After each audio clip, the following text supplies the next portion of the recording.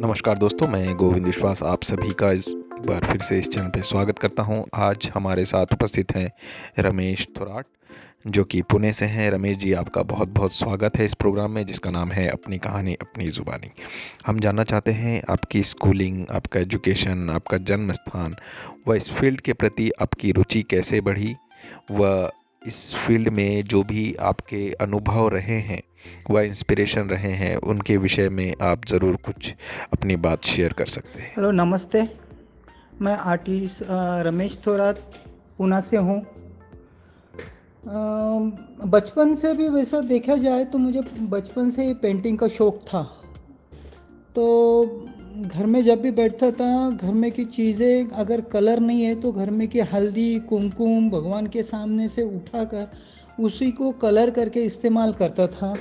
और ऐसे करते करते ये दिमाग में बैठ गया कि मैं भी आर्टिस्ट बनूं। तो आर्टिस्ट बनने के लिए फिर मैंने अपना 10th स्टैंडर्ड के बाद में कुछ अपना डिसाइड किया था कि आर्ट फील्ड में करूँ। तो कला सागर कला महाविद्यालय से मैंने मेरा डिप्लोमा एंड पेंटिंग का स्टडी पूरा किया था। और जैसे पेंटिंग करते करते कुछ ऐसे दिमाग में आ रहा था कि कुछ हम अलग हटके करें। तो जो नॉर्मली सब आर्टिस्ट करते हैं वही टाइप का बुद्धा, मदर एंड चाइल्ड, ऐसे कुछ सब्जेक्ट है जो रिपीटेशन बहुत, मतलब 100 में से 80% आर्टिस्ट इसी सब्जेक्ट पे काम करते हैं। तो मेरे गुरु है नांगुरे सर, वो कर्नाटक से है। तो नांगुरे सर से मैंने बात किया कि कुछ करे ऐसा। तो बोले रमेश, थोड़ा सा तू उस पर स्टडी कर, सब्जेक्ट क्या करना है क्या नहीं करना है करके। तो वो हिसाब से मैंने स्टडी करना शुरुआत किया था। तो वो आज भी जारी है। बस यही कहना सकता हूँ कि मेरी इस फील्ड की रुचि कैसी थी और क्या थी। जी रमेश जी, गुरुओं का जो भी बातचीत है वो हमेशा उस समय याद आता है जब वो हमारे आसपास नहीं होते, और उनकी बातें हमेशा अपनी जहन में चलती रहती हैं। मेरी आज भी है ना, मुझे याद है अरविंद सर की एक बात, जो वो हमेशा कलर स्टडी के वर्क में कहा करते थे कि जब हम एक लेयर लगाते हैं तो दूसरे लेयर को उसके किनारे हल्का सा चढ़ा देना चाहिए, जिससे एक ब्लरी इफ़ेक्ट होता है और वो डेप्थ क्रिएट करता है। तो ये चीज़ें हमेशा हम जब काम करते हैं तो हमारे ध्यान में हमेशा रहता है। और दूसरा हम जानना चाहते हैं, जैसे आपका ये फिगरेटिव जो वर्क है शुरुआती दौर के, उसके पीछे किस तरह का कॉन्सेप्ट काम करता है, किस तरह की स्टोरीज़ नरेशन काम करते हैं, किस तरह के सब्जेक्ट को आपने चुन के काम किया, उस विषय में ज़रूर कुछ बताइएगा। शुरुआत में मैंने जैसे डायरेक्टली एब्स्ट्रैक्ट वर्क ना करते, जैसे कॉलेज पास आउट होने के बाद में कुछ फिगरेटिव काम करने लगा। फिगरेटिव काम करते करते थोड़ा सा सेमी एब्स्ट्रैक्ट पे आ गया। फिगरेटिव में कुछ एब्स्ट्रैक्ट का काम करने लगा। वो कंसेप्ट जो था मेरा कि फिगरेटिव में भी काम करना है तो थोड़ा सा हटके करे, थोड़ा सा उसमें अलग फिगर हो, अलग रेंडरिंग हो, कलर स्कीम अलग हो। तो वो कंसेप्ट मैंने फिगरेटिव का जो लिया था, जैसे हमारे कल्चर्स है, महाराष्ट्रियन जो कल्चर्स है, वो कल्चर को वहाँ पर उसमें मैंने लाने की कोशिश की और कुछ अलग फिगरेटिव वर्क करने का डिसाइड किया था। बिल्कुल रमेश जी, आपके वर्क चाहे फिगरेटिव हो या अमूर्तन, दोनों में आपकी एक अलग तरह की पहचान, एक अलग तरह का कलर स्कीम व एक अलग तरह का ही फॉर्म दिखता है। ये बहुत इम्पॉर्टेंट है। और आपके चित्रों में एक जो भारतीयता झलकती है, वह एक भारतीय कल्चर दिखता है। वो कैसे और कहाँ से आप इंस्पिरेशन लेते हैं वह मिलता है, उस विषय में भी ज़रूर कुछ शेयर कीजिएगा। अभी ऐसे समझो कि अपना जो भारतीय कला है, भारतीय कला का इतिहास बहुत पुराना है। जैसे जैसे तुम पीछे जाएंगे, फॉर एग्ज़ाम्पल देखो, महाराष्ट्र में अजंता एरोला केव है। ये काफ़ी पुरानी है। उस टाइम पे कुछ औजार नहीं थे, फिर भी वो कला मूर्तियाँ वहाँ पर बनाई गई। जैसे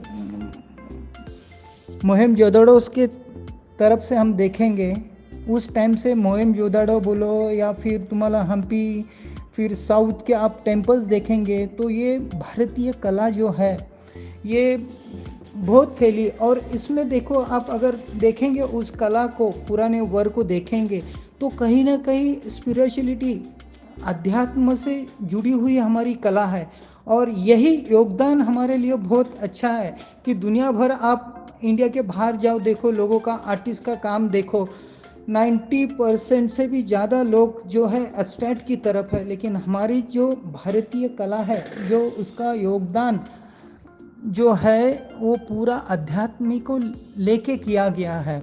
और इसी सब्जेक्ट को मैंने आगे मेरा पेंटिंग का सब्जेक्ट मैंने चुन लिया था। जी बिल्कुल, ये एक ऐसा टॉपिक है जिस पे बहुत लंबी बातचीत की जा सकती है और हमारे पास एक सीमित दायरा है बातचीत का। और हम जानना चाहते हैं, जैसे कि आपके काम पहले फिगरेटिव थे, जो कि शुरुआती दौर में फिगरेटिव सभी लोग करते हैं जब कॉलेज से निकलते हैं। फिर धीरे धीरे एक उसका मॉडिफिकेशन हुआ, धीरे धीरे उसका कुछ चीज़ें वो छूटती चली गई, फॉर्म्स रह गया, हल्का फुल्का उसमें दिखने लग गया और अब बिल्कुल अमूर्तन है। तो ये जो जर्नी रही, इसके बारे में आप क्या कहना चाहते हैं और इसका चुनाव आपने कैसे किया, उस विषय में भी दर्शकों से ज़रूर कुछ शेयर कीजिएगा। फिगरेटिव से शुरुआत करके मैं एब्स्ट्रैक्ट की तरफ क्यों मुड़ा, ये बहुत ही अच्छा प्रश्न आपने पूछा है। इसकी मैं एक क्या बोलेंगे उसको, एक उदाहरण के तौर पे आपको बताना चाहता हूँ। मेरे पूना के एक फ्रेंड थे, और पूना में एक रीति रिवाज है महाराष्ट्र में, जब शादी बनती है तो जागरण गोंधल नाम से एक इवेंट रात में होता है, जिसमें वाघ्या मुरली पार्ट लेते हैं। और इस वाघ्या मुरली के सब्जेक्ट पे भी मैंने फिगरेटिव वर्क किया है। लेकिन एब्स्ट्रैक्ट पे मैं कैसे आया, तो ये जागरण गोंधल के टाइम पे जो अपनी उसको महाराष्ट्र में जब चवत बोलते हैं, चवत, उस पे हल्दी कुमकुम से और अपना राइस चावल से स्वस्तिक वगैरह तैयार करते हैं, और फिर वो पूजा पाठ स्टार्ट होती है। तो जब वो ज़मीन पे रखा हुआ मैंने देखा, तो जिस तरह से वो हल्दी कुमकुम जो बर्तन में रखे थे और वो चावल से स्वस्तिक वगैरह कुछ चिन्ह बनाए थे, वो दिमाग में बार बार मेरे कई दिनों से नहीं जा रहे थे। तो मैंने इस सब्जेक्ट पे मेरे गुरुजी नांगोरे सर से बात की। सर, आपने बताया था मुझे कि तू कुछ अलग काम कर रमेश करके एब्स्ट्रैक्ट में। तो मैंने कुछ उस जागरण गोंधल के फोटोग्राफ्स किए थे, मैंने उनको भी सेंड किए। तो उन्होंने बोले कि रमेश, इस पे और स्टडी करना। तो फिर वो बोले ये अध्यात्म की तरफ आपका सब्जेक्ट जाएगा।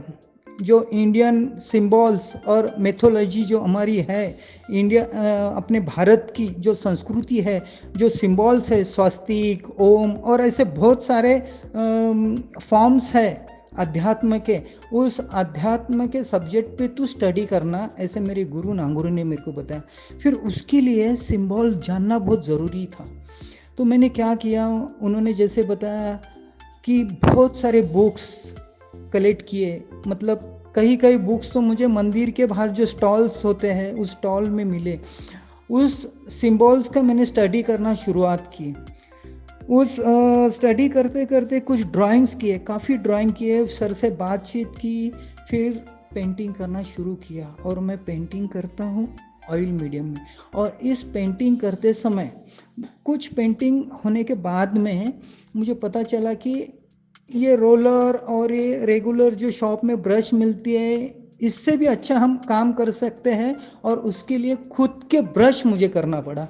जो मेरा स्ट्रक्चर्स है, जो रंग की संगत है, उसको अप्लाई करना, इसके लिए मैंने मेरे खुद के ब्रश क्रिएट किए।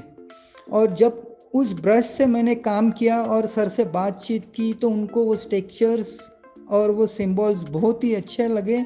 और धीरे धीरे ऐसे ही करते मैं इस सब्जेक्ट पे आ गया कि एब्स्ट्रैक्ट भी मुझे बहुत अच्छा लगने लगा, एक मज़ा आने लगा। और वो काम करते करते मैं छोटे कैनवास से बड़े कैनवास तक कब गया ये भी मुझे पता नहीं चला। और आज ऐसी स्थिति है कि जब भी मैं पेंटिंग करने लेता हूँ तो मेरा कैनवास की साइज़ 4 फुट के ऊपर ही होती है, और ये सारा काम ऑयल में करता हूँ। बिल्कुल, आपके काम बहुत ही खूबसूरत हैं। उसमें एक लेयर्स जो सतह पर दिखती है, वह एक बैकग्राउंड का जो एक अलग मज़ा वो आपके इसमें दिखता है। अच्छा, न्यू स्टूडेंट्स व जो फील्ड में नए लोग हैं उनके लिए आप क्या मैसेज देना चाहते हैं? आपने जो पूछा कि स्टूडेंट के बारे में कि कुछ मैसेज, देखो आर्ट में मैसेज देना तो मेरे हिसाब से गलत बात है। किसी को कुछ बोलना, आजकल आर्टिस्ट लोगों में इतना ईगो भरा पड़ा हुआ है, अगर तुम उनको कुछ बोलना चाहो तो वो पसंद नहीं करेंगे, वो अपना ही सही मानेंगे। फिर भी आपने पूछा है करके मैं बताता हूँ कि जो आज अपकमिंग आर्टिस्ट है, जैसे बॉम्बे, पुणे, दिल्ली, बेंगलोर, इतने आर्ट कॉलेजेस हैं, इसमें एवरेज से पर ईयर 1000, पूरे इंडिया से 1000 आर्टिस्ट भी पकड़े तो ये आज आर्टिस्ट है क्या, कहाँ पर है और ये क्या कर रहे हैं। मतलब उनमें से मैं बोलूँगा कि रेशो ये रहेगा कि 1000 आर्टिस्ट में से हार्डली 100-150 आर्टिस्ट रेगुलर काम कर रहे हैं। और ये काम भी उन लोगों का ऐसे हो रहा है कि वो रिपीटेशन में जा रहे हैं। और इन आर्टिस्ट को मैं ये बोलूँगा कि खुद का सब्जेक्ट तुम क्रिएट करो, कुछ तो इंडिया से रिलेटेड, अपने भारत के जो हिस्ट्री है, जो हमारा कल्चर है, ऐसे कुछ सब्जेक्ट करो कि वो लोगों को कुछ काम अलग लगे। और जब भी आप पेंटिंग सेलिंग के बाद में सेलिंग के लिए ट्राई करते हो तो तुम्हारे काम को लाइक करने वाली कौन सी गैलरी है, कौन सी गैलरी कौन से काम को लेकर अपनी गैलरी चला रही है, ये देखना बहुत ज़रूरी है। नहीं तो तुम वहाँ पर गैलरी विजिट करोगे, उनको मेल भेजते रहोगे, आपको कोई इंटरटेन नहीं करेगा। पहली तो मैं आप जो पास आउट हुए स्टूडेंट को ये बोलूँगा कि पहले जिस जगह तुम रहते हो, जिस सोसाइटी में रहते हो, उस आसपास के लोगों को पता होना चाहिए कि आप आर्टिस्ट हो, आप फाइन आर्ट के स्टूडेंट हो या पास आउट हो गए हो, आपने MFA BFA किया हुआ है। और उन लोगों के बाद में जब आप सेलिंग पॉइंट से आपके पेंटिंग के बारे में सोचने लगोगे तो मैं तो ये बोलूँगा कि आजकल के आर्टिस्ट तो लाखों की बात करते हैं, चप्पल पहनेंगे 100 रुपये की और बातें करेंगे लाख रुपए की, ये ठीक बात नहीं है। तो मैं देखो आज मैं एक उदाहरण पे बोलूँगा, MF हुसैन जी थे आर्टिस्ट, वो शुरुआत से लाखों में पेंटिंग नहीं बेचते थे, 200 रुपये में MF हुसैन ने पेंटिंग बेची है। तो मैं आपको ये सलाह दूंगा कि जब आपका पेंटिंग सेल कोई पूछता है उसका दाम, तो आप उस आदमी से पूछो कि आपका क्या बजट है इस पेंटिंग के लिए, आपको ये पेंटिंग अच्छी लगी है तो आप कितना दे सकते हो, आपका प्राइस मत बोलो। वो बोलेगा 5000 तो मैं आपको बोलूँगा कि वो पेंटिंग बेच दो।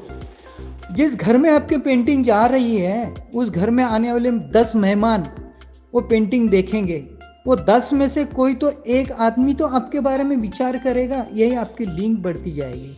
और फिर धीरे धीरे जैसे आपका बायोडाटा बढ़ेगा, आपकी पेंटिंग की प्राइस भी बढ़ती जाएगी। यही बोलना चाहूँगा आर्टिस्ट के लिए।